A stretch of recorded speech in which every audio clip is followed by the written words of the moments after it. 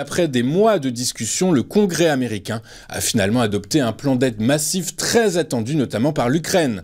L'enveloppe de 95,3 milliards de dollars, qui comprend également des fonds pour Israël, Taïwan, Gaza et un ultimatum lancé à TikTok, a donc été approuvée par le Sénat hier soir. Le projet de loi a bénéficié d'un large appui au Sénat avec le soutien de presque tous les démocrates et d'une majorité de républicains. Plusieurs républicains qui s'étaient opposés à une version précédente du paquet en février, suite à l'échec des tentatives visant à l'associer à une refonte de la politique frontalière, ont finalement changé leur vote, préférant envoyer des munitions plutôt que des soldats sur le sol ukrainien.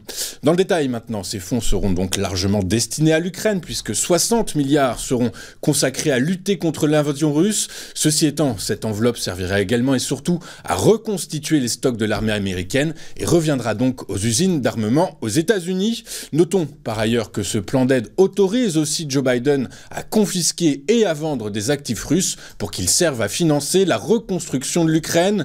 Juste après ce vote, le président américain Joe Biden a annoncé qu'il allait promulguer le texte. Je signerai cette proposition de loi et m'adresserai au peuple américain dès qu'elle arrivera sur mon bureau, c'est-à-dire aujourd'hui, afin que nous puissions commencer à envoyer des armes et du matériel à l'Ukraine cette semaine, a-t-il donc déclaré. Le gouverneur de la Banque du Japon, Kazuo Ueda, a de nouveau rappelé hier que la Bank of Japan relèverait encore ses taux d'intérêt si l'inflation augmentait comme le prévoit l'institution. Selon ce dernier, les autorités économiques et monétaires nippones s'attendent à ce que l'inflation atteigne son objectif de 2% d'ici mars 2026. Il a par ailleurs déclaré que la BOJ fournirait des liquidités si les risques géopolitiques provoquaient des perturbations sur les marchés financiers. L'activité du secteur privé américain a ralenti en avril face aux signes de reprise dans d'autres grandes économies, signe que la croissance mondiale devrait être plus globalement équilibrée cette année.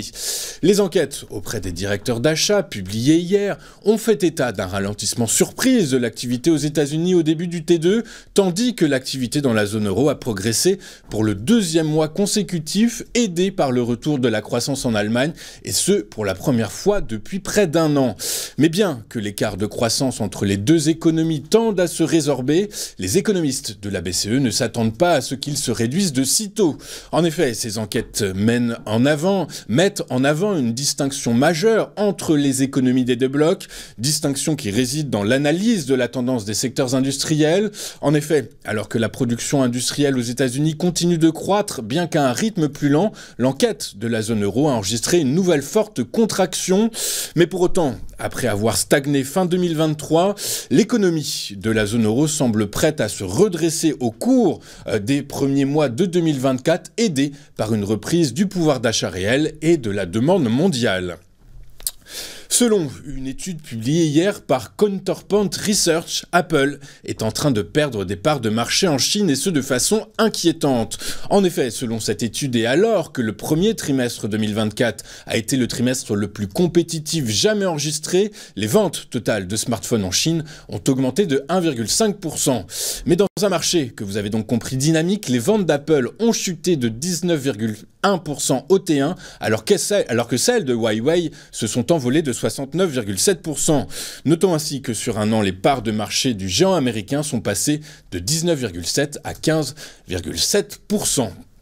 Faisons maintenant le tour de ce qui s'est passé sur les principales places boursières de la planète hier et en Europe. Sur fond de résultats trimestriels solides, les principaux indices actions européens ont fini la journée dans le vert. À Paris, le CAC 40 a bénéficié de l'appel d'air créé par les belles performances d'Accor et de Publicis, ce qui a permis à l'indice phare parisien de renouer avec les 8100 points. Le CAC a effectivement clôturé à 8105 points grâce à un gain de 0,81%.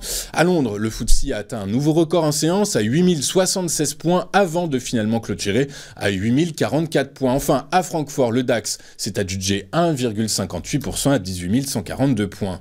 Aux États-Unis, Wall Street a également clôturé dans le vert sur fond de bonnes surprises microéconomiques. En effet, General Motors a relevé ses perspectives de bénéfices après de solides résultats au T1, alors que les bénéfices de PepsiCo ont dépassé les attentes des analystes. Dans le même temps, Tesla a annoncé une forte baisse de ses bénéfices, mais a déclaré qu'elle accélérerait le lancement de ses modèles les plus abordables. Résultat, le Dow Jones a pris 0,69% à 38 503 points.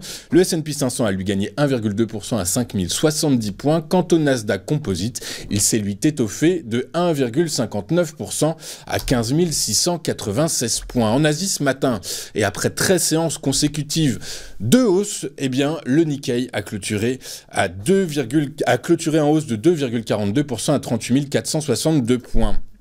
Sur le Forex, la paire euro-dollar a fini en hausse de 0,35% à 1,0691 $.